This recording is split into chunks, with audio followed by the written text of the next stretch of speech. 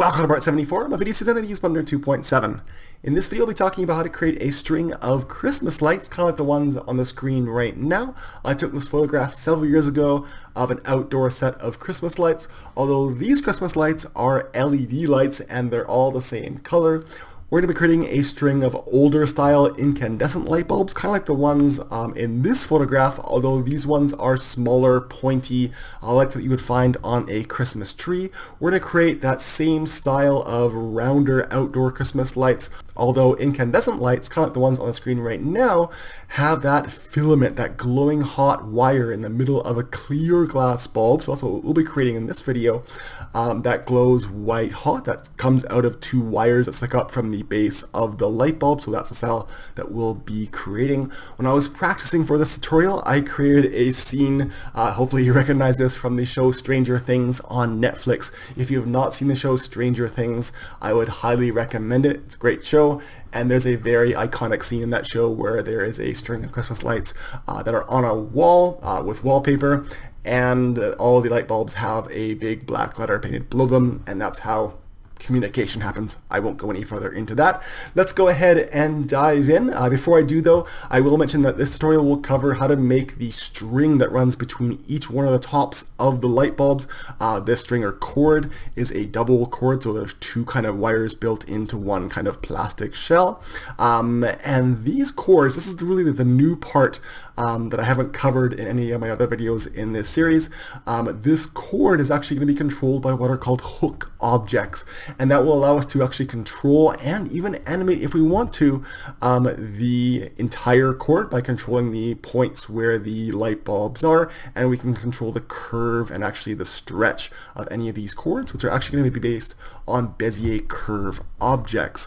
We'll be creating a nice depth of field effect in our final result, so we get an in-focus area on the screen and out-of-focus blurred areas, as well as that nice glow around each one of the hot spots in the picture, in this case the light bulb. So let's go ahead and jump in. I'll click to get out of this picture viewer, and I'll go into Blender. The first thing we'll do is we're going to create that cord that's controlled by hook objects. So I'm going to get rid of my default cube. I'll press X on my keyboard and click on delete. I'll press Shift A on my keyboard. Shift A brings up the add menu.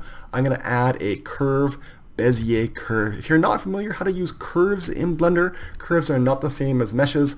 I'll put a link on the screen right now to the video in which I covered how to use curves and use the kind of nodes or control points with handles that are very similar in style to how you would use the pen or node editor tool in a program like Adobe Illustrator or Inkscape. Both of those are vector graphics programs. It's the same sort of idea here, but in Blender and in 3D. When you add a Bezier curve object, it gives you, of course, this kind of curved object that's actually flat, although curved, sitting flat on the ground. I'm going to rotate it though, so it's facing forward. So I'll tap R with it selected, and then X, and then -90, and enter. So RX, actually, RX, and then 90. And then enter, so not -90, but 90 degrees, so it's facing up. So when I press 1 to go to my front view, and then I press 5 to go to my front orthographic view, it's facing us. And you get, of course, into edit mode on these curve objects by pressing tab, the same as a mesh, although that's where the commonalities sort of disappear, because you get these handles, and of course you can grab these handles and rotate them, and the curve is very smooth because it actually kind of does a subdivision surface between the points, kind of like you would have with this observed modifier on a mesh edge, although you can control it very precisely with these handles. Let's go ahead now and clear the rotation on this one. So I'm going to select that little point and press R, and then 4, 5, and then enter to rotate it at 45 degrees clockwise. So now we just have a flat edge. To subdivide a curve, because I want to make kind of a rainbow or arch shape, I'm going to select both of the points at either end, and then I'll press W to bring up my specials menu, and I'll select subdivide. So now I have a point with handles in the middle of that line, and I can drag that point up. If you're not familiar with how to use handles, again, watch that video in that top little eye card on the screen right now. That'll be very important for you to be able to control these handles in the way that you want. I am no expert by any means. So now I have a curve object, but to control this curve object, I'm going to create what are called hook objects. And what those are basically separate objects that you can link these points to, and you can move those hook objects and scale and rotate those hook objects. So it'll actually control very precisely the flow of the curve, just sort of if you were to control a mesh object, like a character mesh object using bones, using hook objects or a similar sort of idea. So I'm actually going to put a hook object at each one of these locations, but we'll be creating those objects separately, not in edit mode. But in the edit mode of this curve, I'm going to select this first point. I'm going to press Shift S on my keyboard to bring up my snap menu. Shift S is the snap menu, and I'm going to select cursor to selected. That'll put my 3D cursor exactly where that point is. So now I can go back with the tab key into object mode. I'll press Shift A. I'm going to add an empty object. We're going to add an arrows empty, which is going to be our hook object for each one of those points. This is what an empty or an arrows empty looks like. I'll tap S to scale that down. I'm going to repeat that process 2 more times. I'm going to select the curve. I'll go into edit mode with the tab key. I'll select that point, Shift S, cursor to selected, press tab to go back into object mode, Shift A, empty, arrows. I'll scale that down. I'll go back into edit mode of that curve, select this point, Shift S, cursor to selected, press tab to go back into object mode, Shift A. I'll add, this time I'm going to add a cone, and that's sort of at a very funny angle. So let's go into our side view and rotate it R-90, enter, so it's sort of facing up, and I'll scale that down. You'll see why we're making this one into a cone in a few minutes. So I have these 3 empty objects at the exact location of the points in our curve. At this point, we want to make them actually control those points as hook objects. So to do that, I'm going to select, in fact, I'll go to my front view so you can see this from straight on. I'm going to select this hook object first. I'm going to hold Shift. I'm going to select with Shift held down the curve. I'll press tab to go into edit mode of the curve, but you'll notice that this empty, the hook object, is still selected as the previous object. I'm going to select the point that I want to have controlled by the formerly selected hook object, and if I press Control H, that'll bring up my hooks menu, and you can actually find that under curve and control points and hooks. That's Control H, and we're going to select hook to selected object. So I'll select that, and now if I go back into object mode and select the empty, which is the hook object, I can press G and move it around, and hopefully, as you can see, that the curve object is following that hook object. So I'm controlling that end point on the curve using my hook object. So I'll press Control Z a few times. I'm going to do the same thing with this point. So I'm going to select this hook object. I'll hold Shift, right click and select the curve, press tab to go into edit mode, select this point, Control H, hook to selected object. I'll press tab, select this object, and now I can control that curve object. One more time, I'm going to select this cone empty object. I'll hold Shift, select the curve, press tab, select this point, Control H, hook to selected object, press tab to go back into object mode, and so now I can grab this cone and it'll move the end of the curve. But what is this curve actually going to be for? Well, it's actually going to be the cord that runs between the tops of 2 light bulbs, and the reason why I have this cone is because this is going to mark the end of the wire that's going to have the light bulb on it by default, and once we have that set up, we can duplicate the entire setup and attach the other end of the new cord to this cone as well. You'll see what I mean in a few minutes.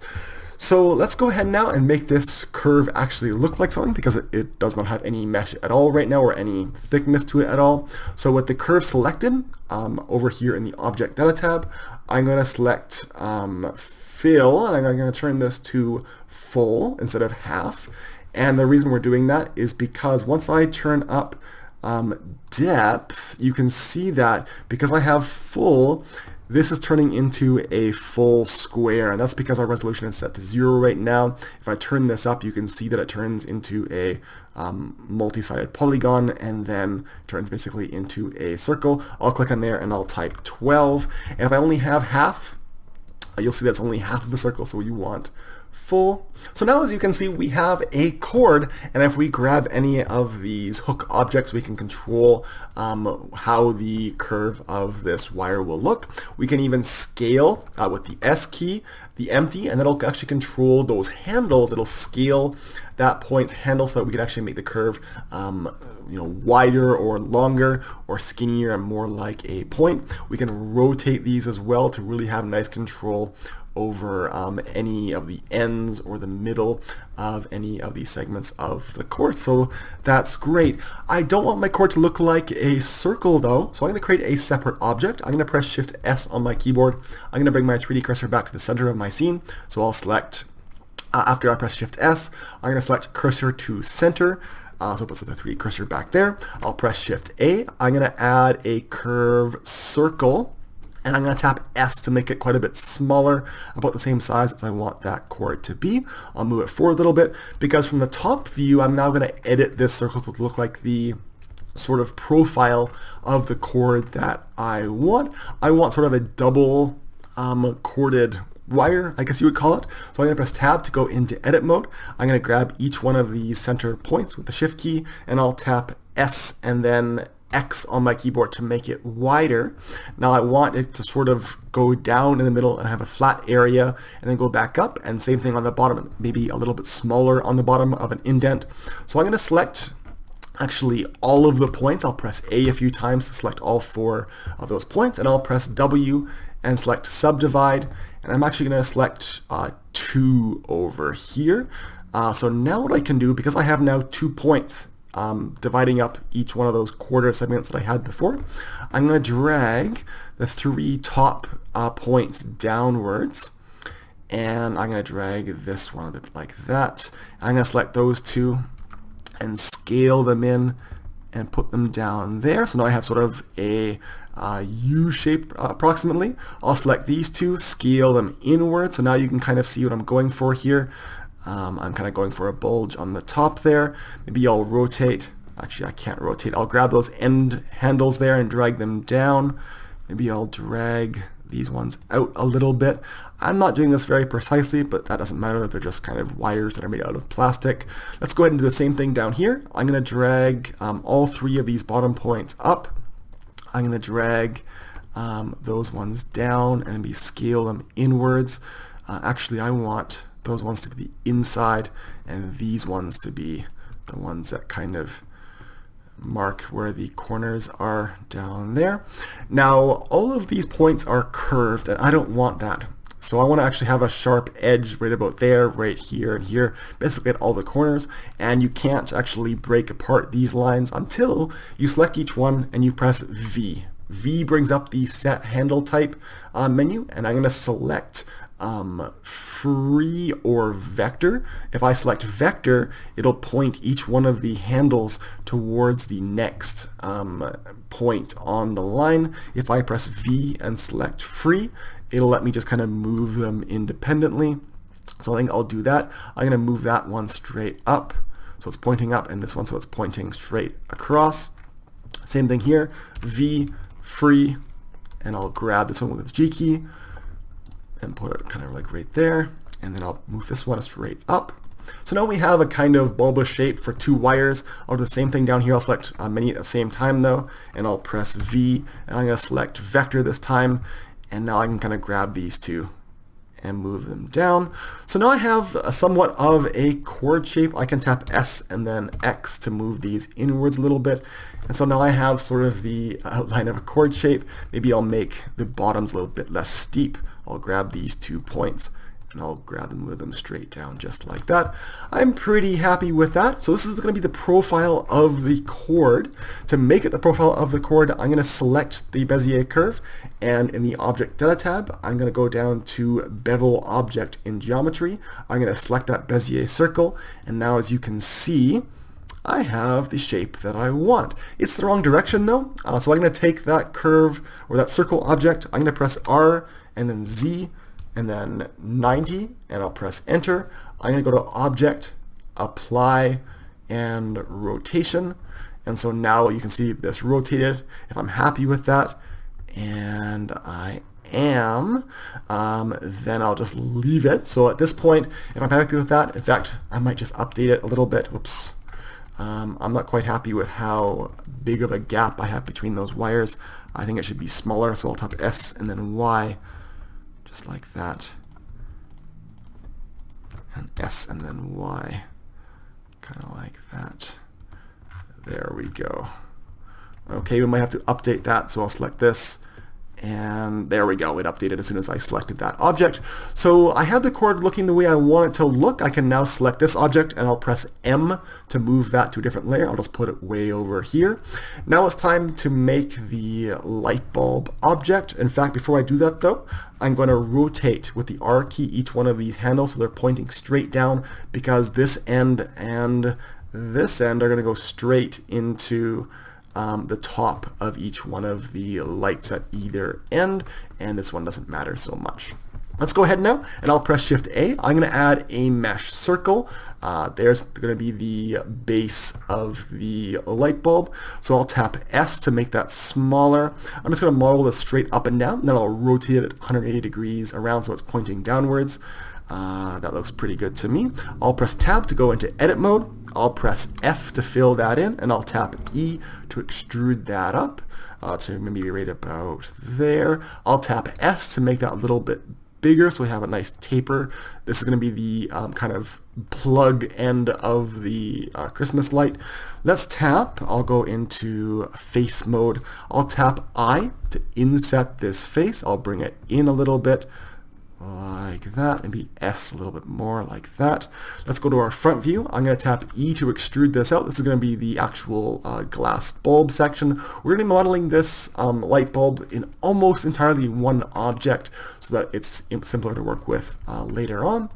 I'll move this up to about halfway up the light bulb. I'll tap S to make it tapered outwards. I'll tap E, and then S, and then E, and then S, sure, I like that. I'm going to select in edge select mode. I'll hold Alt and left click to select this edge loop. That's with the Alt and right click key on your mouse. And what I'm going to do here to make this light bulb rounded is I'm going to bevel out this edge. So I'll press Control B on my keyboard and pull my mouse out, and I'm going to just move my mouse until I'm happy. I'll click right about there. I'm going to make an edge loop, so I'll press Control R right about there. So Control R lets you click and create a loop and slide it around, so maybe right about there. I'll tap S to scale it up. Maybe I'll select that one, tap S, and I'll do a loop cut, Control R, and then click, and then right click.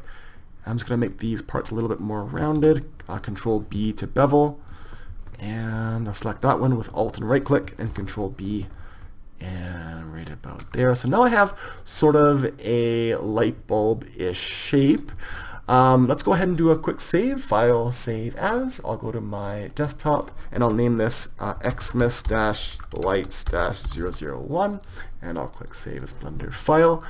Great, let's go ahead and go back into object mode, and I'm going to add a subdivision surface modifier to make this all smooth. So under the wrench tab, I'll add subdivision surface, and I'll make this smooth. Of course, when I do that, it smooths out part of the mesh that I don't want to be smoothed out. So I'm going to add another modifier. It's going to be the edge split modifier, and this will actually split the edges of the mesh wherever there is an edge angle of more than 30 degrees. So now some of our edges get a nicer angle right there.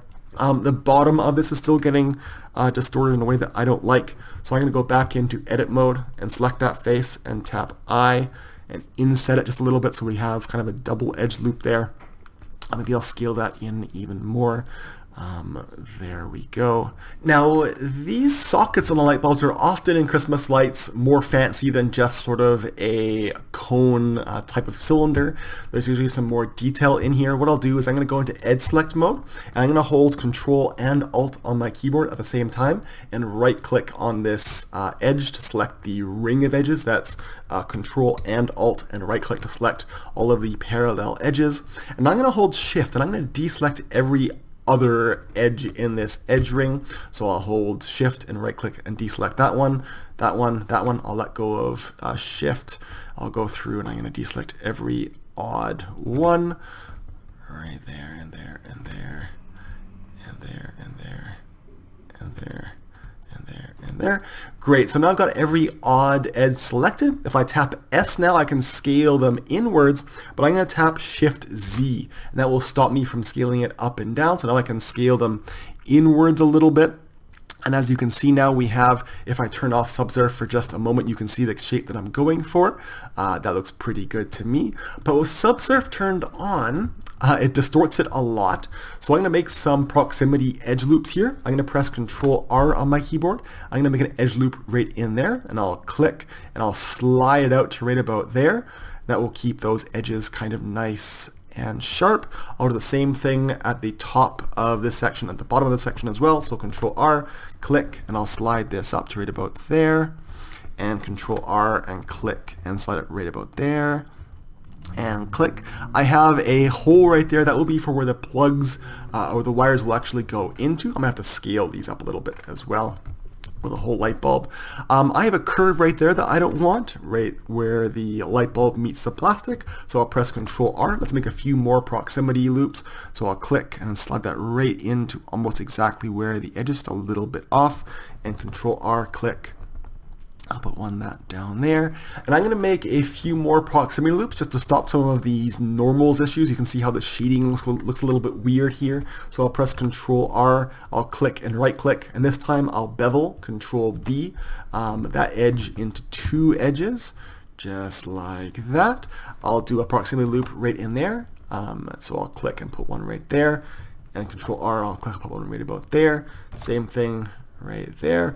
So I think now we have a pretty good looking light bulb exterior, and I have a pretty good socket as well. Let's go ahead now and select this circle, which I inset a few minutes ago. I'm going to actually extrude it inward, so we have a hole in the bottom of the socket for the cords to go into. So I'll tap E to extrude, and I'll go inwards or up a little bit because that direction is up. And I'll inset again. I'll tap I, and I'll move this inwards just a tiny little bit, and I'll press Control R and I'll do a loop cut on the inside, but I'll put it all the way down almost at the bottom, so we have a nice sharp edge down there with a little bit of roundedness. And I think I have to do one here too, so I'll press Control R and click and move this straight up to right about there, and Control R and click and put that one right about there. That's looking pretty good to me.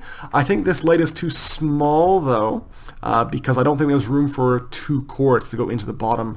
You can see that this cord bottom is too big for two of them to fit in there, so I'll just scale that light bulb up a little bit, kind of like that. Let's go ahead and look at it from the bottom. Control 7, we'll go to the bottom, and I think that will do, maybe a little tiny bit bigger. Perfect. So at this point we want to add some materials, and we have to make the inside filament of the light bulb. So let's go ahead and actually add some materials first. I have to switch over to my Cycles render engine. That's very important for the rest of this video. So I'll turn Blender render into Cycles render, and now I'll add some materials. I'm going to make that green plastic material first.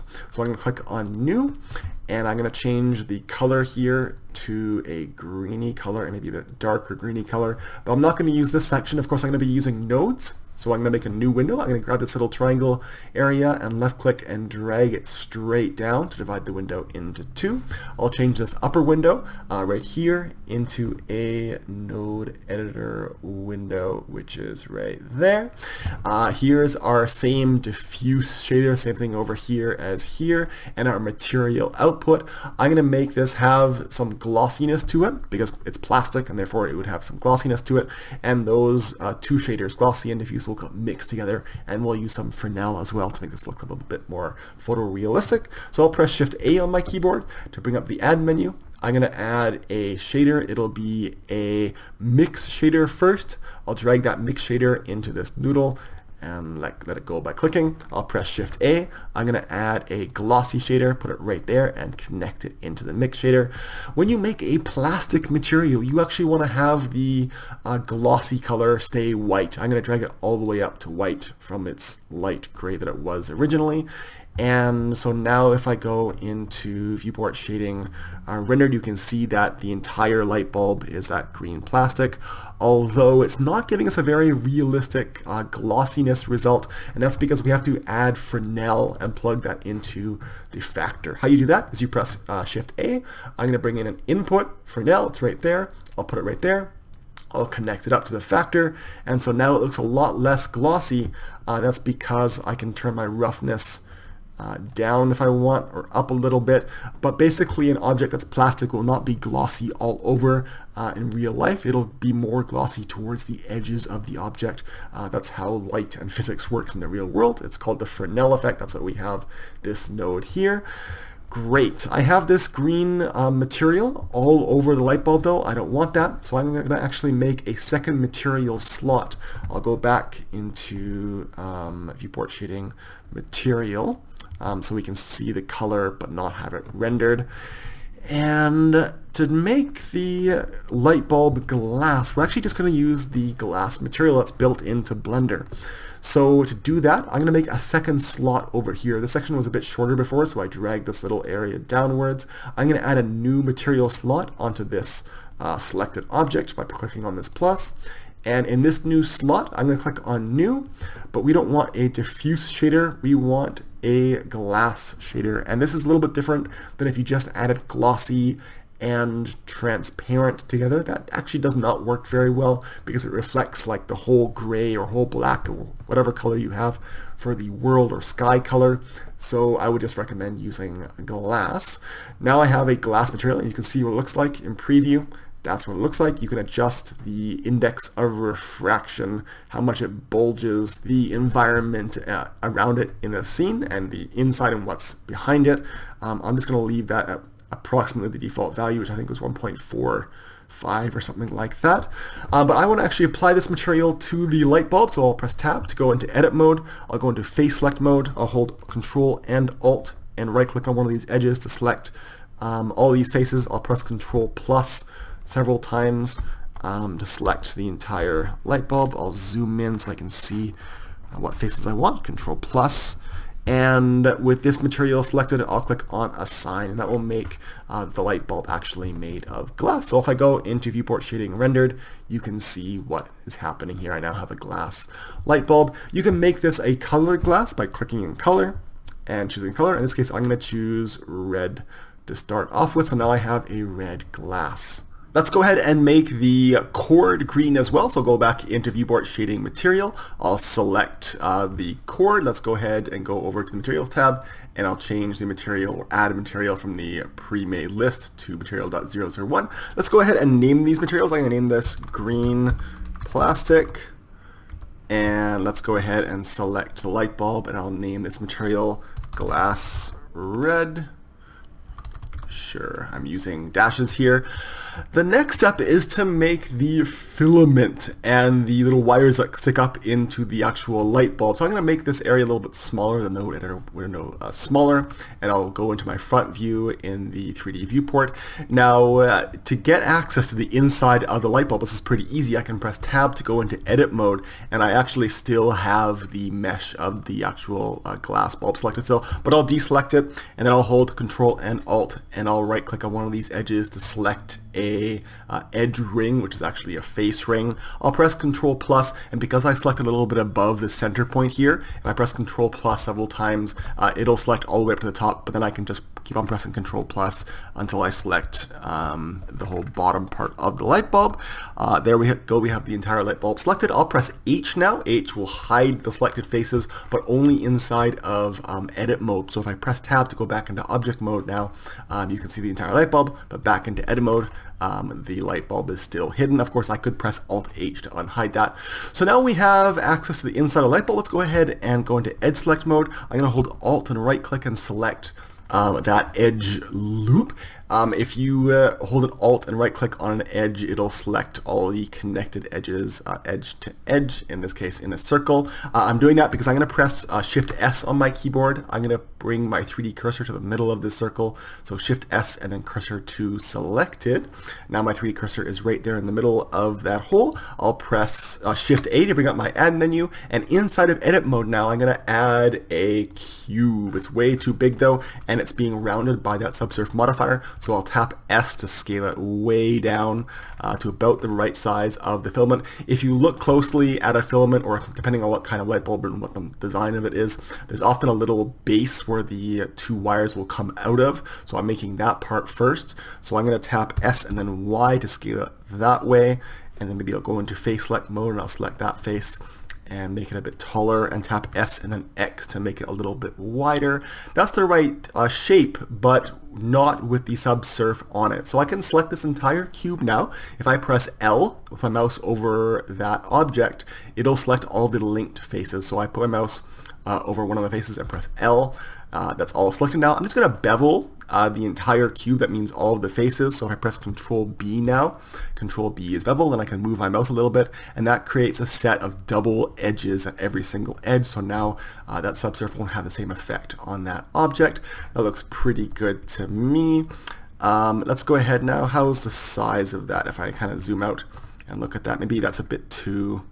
I'll press L again. I'll put my mouse over that so I can move it down a little bit, and I'll tap S and then Shift Y so it does not scale, because I think it's already skinny enough there.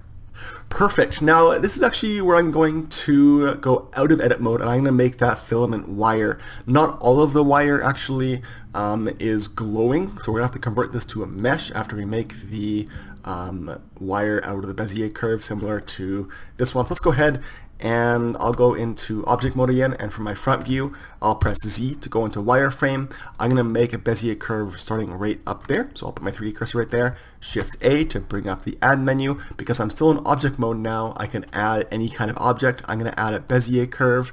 Again, that's way too big, so go to my side view and I'll tap R and then -90, so it's pointing kind of straight up. If I go back to my front view, I can go into edit mode now, grab my points, move one to right about there, move one to right about there, kind of at either side of that little filament base there, and I'll scale these way down. I'll select that one, S, and I'll grab that. So what I'm making here is kind of an arch, so I'll press G, and there we go. So now you can hopefully see what's kind of going on here. I have an arch that looks like that. Now, filaments often kind of have a funny shape, and they're kind of bent over, kind of like they're flapping down. In fact, that's not in the middle. There we go. Go to my side view so I can get that right about there. So I'm going to actually subdivide this up a little bit. I'll tap W in edit mode of that Bezier curve, and I'll press again W, and I'll select subdivide. I'm going to make 2, maybe even 3 cuts there. That looks good to me. I'll move those ones down. Let's go ahead and see what that looks like. Okay, this one's too small. I want to kind of be bigger, and maybe those ones should go inwards a little bit. So that's what we're kind of going for. And maybe these ones should get scaled out and maybe up a little bit. All filaments are a little bit different. So if I put that one there, what do we have? That's starting to look like what I want it to look like. Maybe those two are too far apart still. So let's see what we have. Maybe I'll move that up. And you know what? I kind of like that. That's looking pretty good. Maybe just a little bit taller. So I'll grab all 3 and I'll move it up a little bit. Maybe I'll scale it on the X axis, so I'll tap S and then X. That looks pretty good to me. Maybe a little bit less of a sharp corner. Maybe what I'll do is I'll move those back like that. And I could add another set of points in there. In fact, I'll do that. I'll select all 3 of these points and I'll press W and subdivide. So now I can grab those 2 and pull them up. So now we've got a more gradual curve there. Maybe I'll move those ones down a little bit. So that's a little bit more of a gradual curve. And just so it's not quite so symmetrical, I'll move one up. So there we go. Now we've got our filament. We're going to make this into a 3D extruded object. I'm not quite sure what the word is. So I'll go over to, with it selected in object mode, to the object data tab. And we're going to make it like a wire like this, but we'll just use a round wire. So I'll go to a full fill, and then we'll turn up the bevel depth, and then the resolution again we'll make it something higher. In this case we'll maybe use something like 8. So there we go, there's our filament. It's too thick, so I'll move it, make it skinnier using the depth value, and maybe I'll move it down. Great. It is still a Bezier curve object though, so we'll convert that over to a mesh. Let's do that. I'll press Alt-C on our keyboard. Alt-C brings up the Convert to menu, or you can go down to Object, and where is it? Convert to and Mesh from curve, meta, surf, or text, so I'll do that. Now it's just a mesh, so I could go into edit mode if I wanted to. But in this case, we're going to leave it selected. I'm going to hold Shift and right click and select the light bulb, and we're going to join the two objects up. Make sure that you select the light bulb last, and I'll press Control J, and that will join those two objects. And because we selected the light bulb last, the origin of the last selected object, in this case light bulb, remains right where it was. Otherwise it would take on the origin location of the wire. So there we go. Let's go ahead and go back to the materials tab. We have green, plastic, and glass red, but we want a few more materials, so I'm going to make a new material slot, and I'm going to make a new material. I'm going to call this metal. I'm not actually going to make it look too much like metal. We're going to make it just look a little bit gray with some glossiness on it, and then we're going to make another material that'll be our glowing emission shader.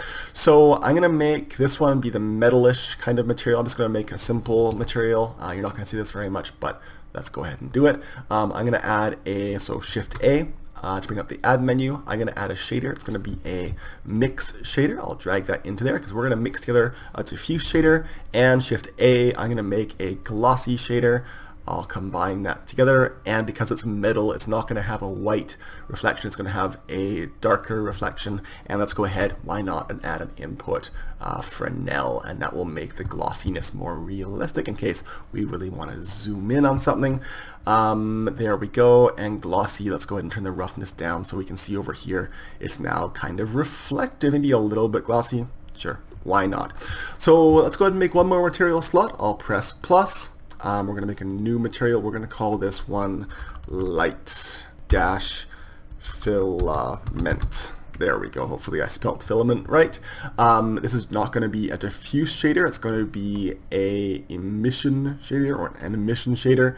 There we go. Let's go back into material view. We're in wireframe right now, so we can actually apply these materials. So I'll go to material viewport shading. If we go back into edit mode, we still have the light bulb glass section hidden. That's great. So now I can select this part of the mesh. If you don't have it selected, you can press L to select it. I'll select metal, assign, and I'm going to select this entire object. So I'll press A to deselect that, and then put my mouse over this one, L. There we go. You have to put your mouse over one of the dots, depending on if you have faces or edges or vertices selected. And I'm going to assign metal to the entire thing. So I'll click on assign. And then what I'm going to do is I'm going to press Control minus a few times. And hopefully, no it didn't. So I'll go to my front view. I'll press A to deselect all. I'm going to press B to box select.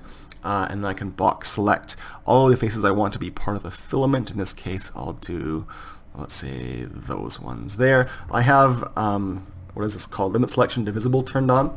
So I'll turn that off so it's light. I'll press B again to select the entire back of that as well. Maybe I'll press Control minus. That's what I was trying to do before. And you can select which part you want to be the filament. And I'll select light filament and assign. It's way too weak though, so I'll turn it up to maybe 20 or so. So now it actually will emit more light onto our scene. And so now if I go into viewport shading in object mode, rendered, you can see that we now have a light bulb with a filament inside. That looks great. If I press Shift Z, it'll go back into the past or the previous viewport shading. And I think it's a little bit too big, so I'm going to press Control plus and then scale that down a little bit and move it down. There we go. It was too big before for sure. Okay, Shift Z to go back into viewport shading, and we have our glowing filament in there. I might adjust that later, but let's go ahead and move on. So we have the light bulb. It's finished and its socket. Let's go ahead and rotate it into the right position. We're going to put it where we had that cone-shaped empty, and we did that so I would know which side to put it on. So I'll press Shift Z on my keyboard to go back into the other viewport shading. I'll go to my front view. I'll rotate my selected object 180 degrees, and I'll press Enter. I'll move it over to right about there because I want that plug or wire to be sticking into the hole in the socket of the light bulb. And do I have enough room, or do I have too much room in there? Let's go ahead and see. Maybe I'll scale light bulb down just a tiny bit and move it over. Now it's at this point that I want to use this cone empty object, which actually controls the end of the cord, to also control where the light bulb is and the rotation of the light bulb. And when I first practiced for this video, I actually just parented the light bulb directly to this empty. Unfortunately, what that means is because I can use this cone to not only position the end of the wire and to rotate the end of the wire, which is fine, but I also often want to scale this cone to control kind of the curve of that part of the wire, either more flat or more rounded. So if this was just parented, the light bulb was parented to the cone, then that would be a problem, because then we would be scaling the light bulb as well. So we're not going to use directly a parent-child relationship with Control P. Instead, we're going to use a child of constraint on the light bulb. So I'm going to select that light bulb. First I'm going to see what this empty is called. It's called empty.002. That's okay, I won't bother renaming it. So I'm going to select the light bulb. I'll go to my constraints tab. I'm going to add a child of constraint. My target's going to be, and I'll type in here, empty.002. I can click on that and it'll make it. Now I'm going to click on set inverse because it's not going to be in the right position. And if I do that, hopefully it'll clear out the distortion that it made. I'm going to uncheck scale, and I'll probably have to click on set inverse again. So now this child of constraint made the light bulb a child of empty.002, but only in its location and its rotation. That's the power of this versus normal parent childing. So now I can grab that cone, I can rotate it, I can scale it even, and it'll only affect that wire. So that's exactly what I want. I'm not going to add a light bulb to the end of, or the other end of this wire though, because now we're going to start duplicating this entire setup. So I'm going to select everything in this layer. In fact, what I'll do first is I'll select my camera and my lamp, and I'll press M to bring up the Move to Layer panel. I'll move those down to right about there. So now I can just, in this top layer that only now should have my rig, I'll press A a few times. I'll go to my front view. I'll press Shift D. When you move this over, you're going to have to clear or set the inverse of that new duplicated light bulb because it gets distorted over. But now I can put carefully the other end of the cord into the socket of my first light bulb, right about there. And now I'll go over to my light bulb, my second one now, and I'll set the inverse so it goes back hopefully to the right spot. Now this is where you're going to have to do a little bit of jigging. What I do with this empty selected, I'll go to the constraints tab and I'll select the child of constraint, and we're still using empty.002, and we're going to set inverse so it's back where it should be. So now hopefully if I uncheck scale and set inverse again, it'll be in the right spot, but I can scale this one and scale this one separately. Great, we're going to repeat this process a few times, but I'm going to speed up this part of the video, and when we come back we'll have a full chain of Christmas lights. Alright, so we have a string of Christmas lights. It becomes easier and easier to make a longer string as you go along, because of course once you have a string of 2 Christmas lights, you can duplicate all of that into a string of 4 Christmas lights, and then you can actually connect up the 2 at the center point, and then you can duplicate all 4 Christmas lights, make 8, and then turn 8 into a string of 16. But every time you do have to connect the center ones up, which means you should look at the name of the one that's connecting the 4 and the 4, and then join up or use the child of constraint to link up the arrows empty to the cone empty. Same thing where you join the 8 and the 8 together. So I had to look up a few names and make those work. But other than that, now I have a string of Christmas lights that I can move each Christmas light on. Of course, I can rotate each Christmas light. I can scale it to make one side of it bent, and I can scale the arrows one to make that one bent. Now if I want to, I can make each Christmas light a different color. In this case, I'm going to go through, I'm going to leave the first Christmas light red, but I'm going to pick a few different colors like green and yellow and blue and purple. So I'm going to go through very quickly and show you how to do that, and then I'll zoom through the rest and color them all differently. So I'm going to select the second Christmas light, and actually just so we can actually see what it looks like, I'll go into viewport shading, render to in fact see that yes, they are all lighting up. We have not added the glow effect yet, so that's why you're not seeing the full effect yet. But let's go back into material view. With this light bulb bulb selected, I can go over to the Materials tab. I'll select that glass red. If you want to make a different variation of it, of course, if you change this right now to some other color, it'll change all the light bulbs. So I'll go back to that red color. If you want to make a duplicate of it, you can press this little plus. You can see 16 objects are using this glass red. I'll press the plus. It gives it a new name. I'll type in glass green and I'll change it to a greeny color, and as you can see now, because we pressed that plus, this one has its own unique color. Of course, if I want to do, let's say, a purple one, I can go to this one, glass red, press the plus, and we'll make this one purple, and I'll change this to a purple color, and I can go through and I can decide, hey, maybe I want yellow and blue, and then I'm going to repeat the whole process, but I'm going to go through that in fast forward for the sake of the length of this video. Alright, so I have my string of Christmas lights. They go in a pattern of red and green and purple, then yellow, then blue, and then that pattern repeats 2 more times.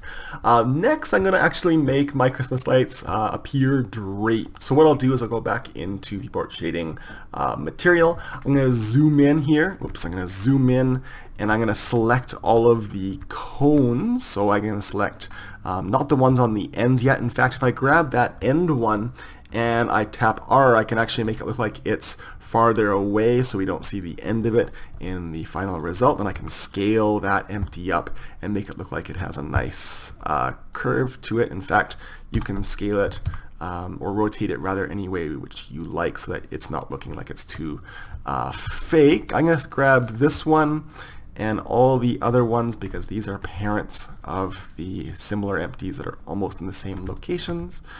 And what we'll do is we're going to move them all down, and I'll deselect the ones on the end. So if I move these ones down a little bit, don't mind actually, what I'll do is I'll select these ones as well. What I can do is I can go from my front view and I'll box select all of those. So now if I move these ones down, they get moved down. I can hold shift and right click a few times to deselect these ones. I didn't actually do this before. I had fewer in each, and then I can deselect these ones, and I'm going to go through and fast forward this next part of the video until I have a nice drape to all of the lights.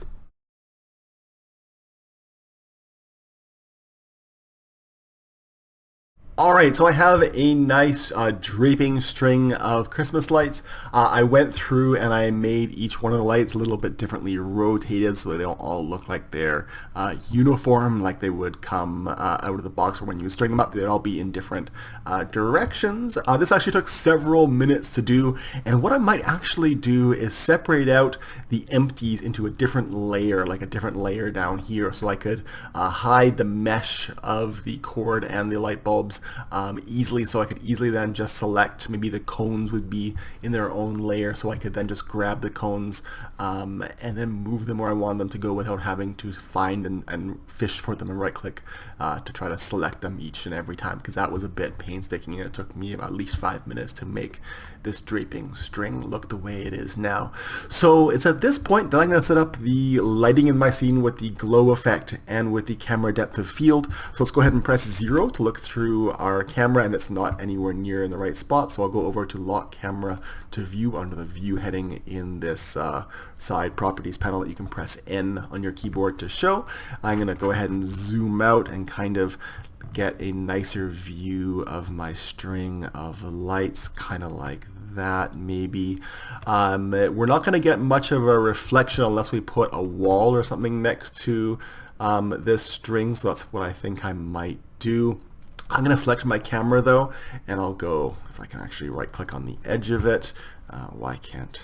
Oh, I have to actually hold shift and right click to show the layer where the camera is, because the camera is on this lower layer. So now if I right click on the edge of the camera, I can select it. I'm going to make my camera be a bit more zoomed so I can have more of a depth of field effect and fit more things in, more lights in, and have them not get so small in the back. So I'll change this number from 35 to, let's say, 60, and that way that changes the zoom level, and so I can get more light bulbs and bigger into the same frame.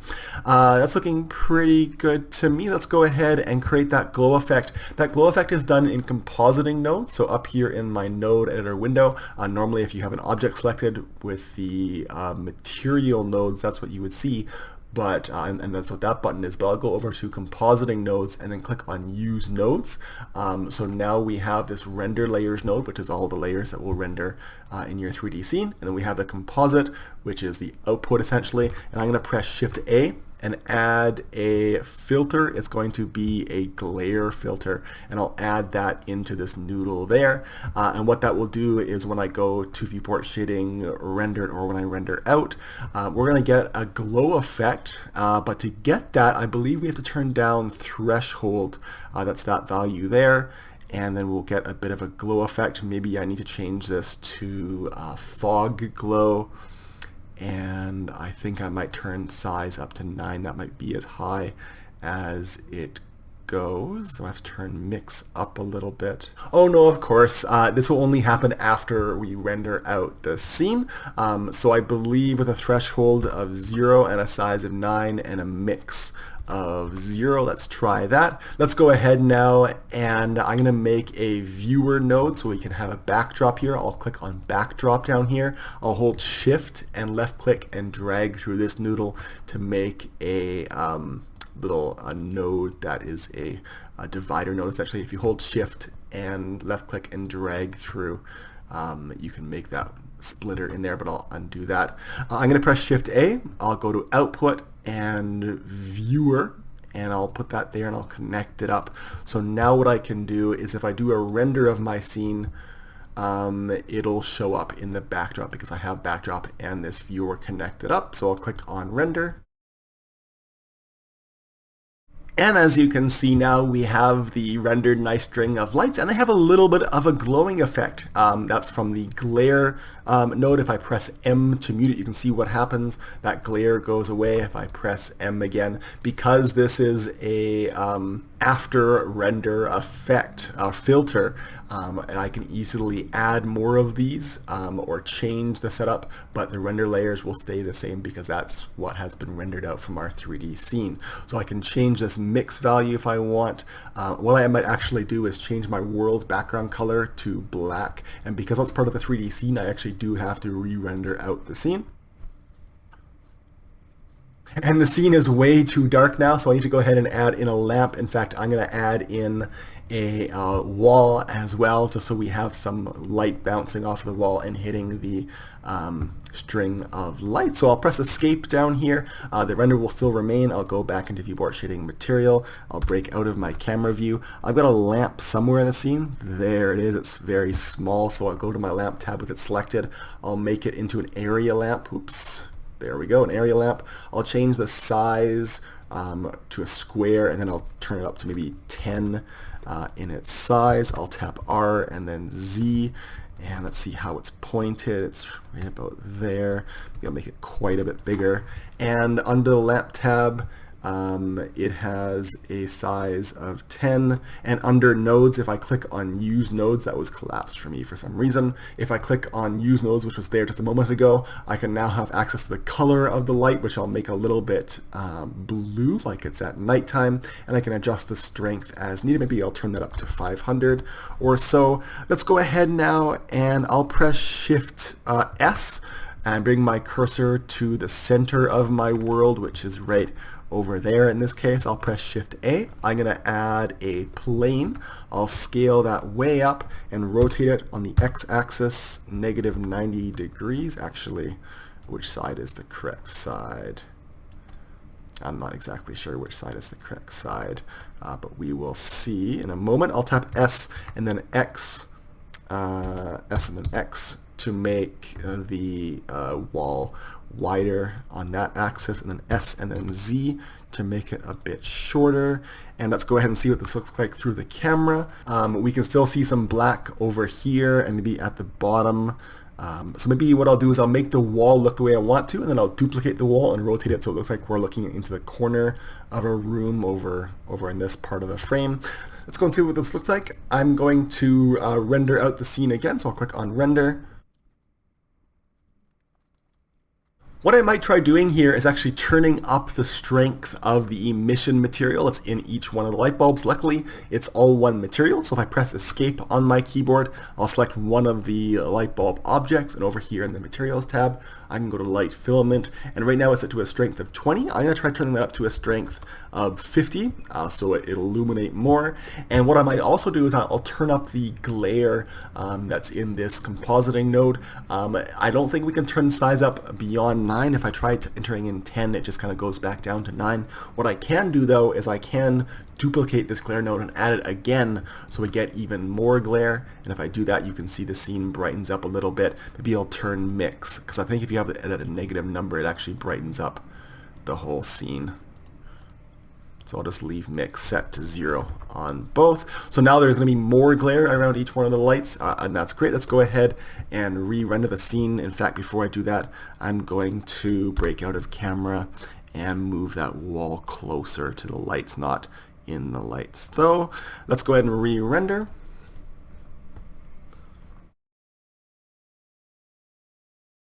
Okay, I think the lights might be a little bit too bright and they might have too much glare. If I select one of these glare nodes and I press M on my keyboard, that will mute that effect, and as you can see, that's looking better, although I think what I might do is I'll break out of the render view here by pressing escape on my keyboard, and if I turn the lamps down, I'll select any one of the lamps, and under the materials tab I can turn the light filament down to, let's say, 25.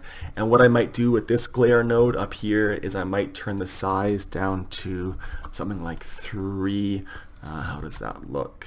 Well, let's go ahead and re-render the scene to see what it looks like. Okay, so we have the scene rendered out. Again, we are seeing a lot of fireflies and a lot of noise here, and we'll fix that at the very end of this video. We'll get rid of it so it looks nicer. But let's look at this glare a little bit. I think it's too much still, so I'll try muting with the M key. And as you can see, it's having a lot of effect. Let's turn up this threshold a bit and see what we get.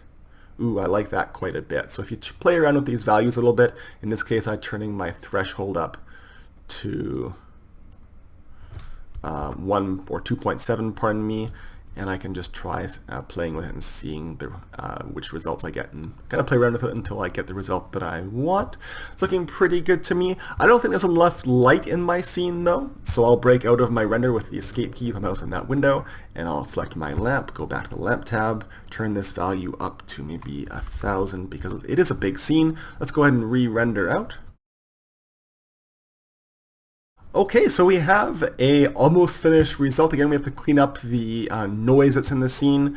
I also want to add, before I do that though, a wallpaper, so we're not just staring at a kind of gray bluish wall. So I'll press escape to break out of my render. I'm going to select that wall. I'm going to apply, so under object, apply, I'm going to apply its rotation and scale. I'm going to press tab to go into edit mode because we're going to do a quick application of a texture, so we're going to unwrap this face. So I'm going to go into edit mode, which I am already. I'm going to select the face. I'll press U to bring up my UV mapping menu, and I'll select unwrap. If you have not learned how to add an image texture to an object, I'll put a link to that video on the screen right now. That's another video earlier, much earlier in this tutorial series. On my desktop, I have a image texture that I got from CG Textures, or now just textures.com, of a wallpaper. I'll put a link to where you can find this exact wallpaper material down in the description area below. So back into Blender, I'm going to go back to the material nodes. With the wall selected, I'll go back into object mode with the tab key, and I'm going to go over to the materials tab and add a new material to the wall. Great, it's a diffuse material there. I'll press Shift A. I'm going to add a texture and a image texture. I'll put that there, I'll connect it up, I'm going to click open, and on my desktop I have a wallpaper texture. There it is. It's way too big though, so I'm going to actually divide this upper node window into two. I'll grab this little triangle area, left click and drag it to the left to split the window into two. I think I'll need to hide with the N key that side panel in both windows. I'm going to change this new window into a UV image editor window, and then in edit mode on the wall I'm simply going to scale the wall UV map up so it encompasses the square where the texture kind of lives in the UV map. I can bring it in so you can actually see it. I can scale up the wall map or the wall face so that it encompasses that many times, and it's a scalable or a tileable rather texture, so it will look not too bad when I just repeat it over and over again. Great. Let's go ahead and do a re-render under the camera tab, render. I might make this wall just a little bit glossy so it'll actually reflect some of the light that's coming off the lamps back at the lamp, so it'll look a bit more realistic. So I'm going to go ahead and press escape on my keyboard. I'm going to select the wall. There is the wall material. It's an image texture plugged into a diffuse shader and then out to an output. But I'm going to press Shift A to bring up my add menu. I'm going to add a mix shader and put it right there because we're going to mix in a glossy shader. So I'll press Shift A again. I'm going to add in a glossy shader. I'll plug it in there. I'll press Shift A. I'm going to add an input for Nell, of course, and we'll plug that in there. And let's go ahead back through our camera view down here and then back into render viewport shading. I'm going to play around with the roughness a little bit. Why is that not showing up the way I want it to? There we go. I got to switch those ones around for some reason. I always forget the order that these plugins go. Great. Let's go ahead and do a re-render. And as you can see now, we have a bit more reflection on the wall. What you could do is you could add a bump map to this wall so that it looks a bit more textured, although this image happens to have some nice texturing built into it, which looks somewhat realistic. If you want to see my video on how to make a bump map, I'll put a link to that on the screen right now. That's a very early video again from this tutorial series. The last step after I duplicate the wall is to create that depth of field effect, and then finally we'll get rid of the noise in the scene and the fireflies. So I'll press escape on my keyboard. I'll break out of my camera view and let's go ahead back to material viewport shading. We're not getting, we're getting that glossiness in there. That's why it looks sort of funny. I'm going to duplicate the wall, so Shift D. And then I'll press X to move it over that way. I'm going to rotate it on the Z axis, so R and then Z. And then how am I rotating? I'm rotating it positively, so I'm going to type 90 after I type R, and I'll press Enter. When you're rotating something, you can look down in the bottom of that window or in the header, and you'll see how you're rotating it, and that way you know if you need to type -90 or 90 to rotate it any which way. It's a little tip down there you can see under the word global, hopefully. So I'll put it back to where it should be. I'll move it over to right about there. If I press Z, I can see where the wall is, right about there. So now if I look from my camera, I'll have a wall in render viewport shading and not just a blank black area there. Hopefully you can see it back there. Okay, I actually paused the video there because I realized that I had my node set up a little bit wonky. Before on the wall I had these two plugs flipped around, and I had my index of refraction set to its default value, which I believe was 1.45 up here, but I figured out that I could not see the wallpaper texture from a straight on angle, and that was a big kind of clue that I had something wrong in my node setup. So it turns out that the angle that we're looking at this wall from is too much of an angle for an index of refraction at 1.45. If I look at the scene with it at 1.45, you can see that we can only see the glossy shader because we're looking at the wall from quite a bit of an angle. So I turn this down to 0.95, and I have now the noodles in the correct order. The image texture diffuse material is plugged into the top shader socket, and as you can see, if we play around with this value, it becomes glossy at a different point, and so 0.95 just happens to work for me. You can see the glossy area go down to just the side there. So that should hopefully give us a good result. I also turned down the roughness on the glossy material, so it won't quite be as rough, and it'll have more of a reflection to it. Hopefully. Let's go ahead and do a quick render out. Okay, I think it's a bit too light in my scene. Let's go ahead and fix that and add our depth of field. So I'll press escape on my keyboard. I'll make this window a little bit bigger so we can see what's going on, and I'm going to turn off lock camera to view. Pardon me, I'm going to turn off lock camera to view, so now I can scroll up to zoom in the entire frame. I'm going to go back into viewport shading material, and I'm going to select the light bulb that I want to be in focus. I'm going to put my 3D cursor right at the location of that light bulb, so I'll press Shift S. I'm going to bring up cursor to selected, so the 3D cursor will go exactly right there. I'm going to press Shift A. I'm going to add in an empty. It's going to be a sphere empty, so we can see it. Hopefully it's right there. And I'm going to use that sphere empty, which I'm going to call under the Object tab, camera dash target. And so now I can select my camera because I have that layer selected, and I'm going to go to the camera tab and I'll go to depth of field. It's going to focus on camera target, and it's at this point I'll go back into viewport shading that I need to play with this radius size, and that will give me the nice depth of field effect that I'm looking for. So if I turn that up even to 0.3, you can see that that really blurs out things in the background and the foreground, but leaves where that cone is, or where that empty sphere is, pardon me, in focus. So I'm going to hold Shift to make this act a bit slower. So if I hold Shift and left click and drag in here, I can turn that value down more precisely. And so now let's see how we're doing here. We have a bit more of a wider depth of field here, and we still have some things out of focus in the foreground and the background. I think that's looking pretty good to be able to make that a little bit more blurred, maybe at 0.1 approximately.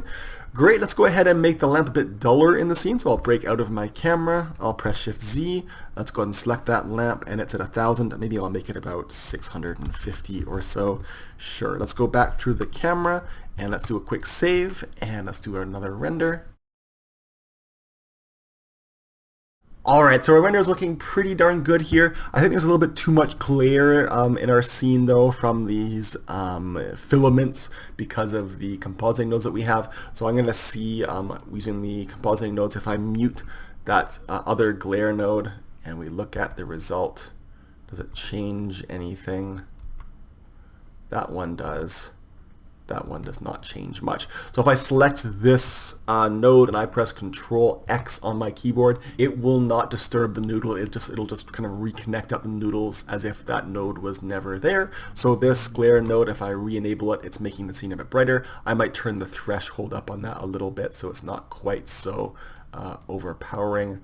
And if I make the mix a bit higher, it'll darken the scene up, which I think is pretty good for this scene. Maybe even 0.05 is the value that I might want there.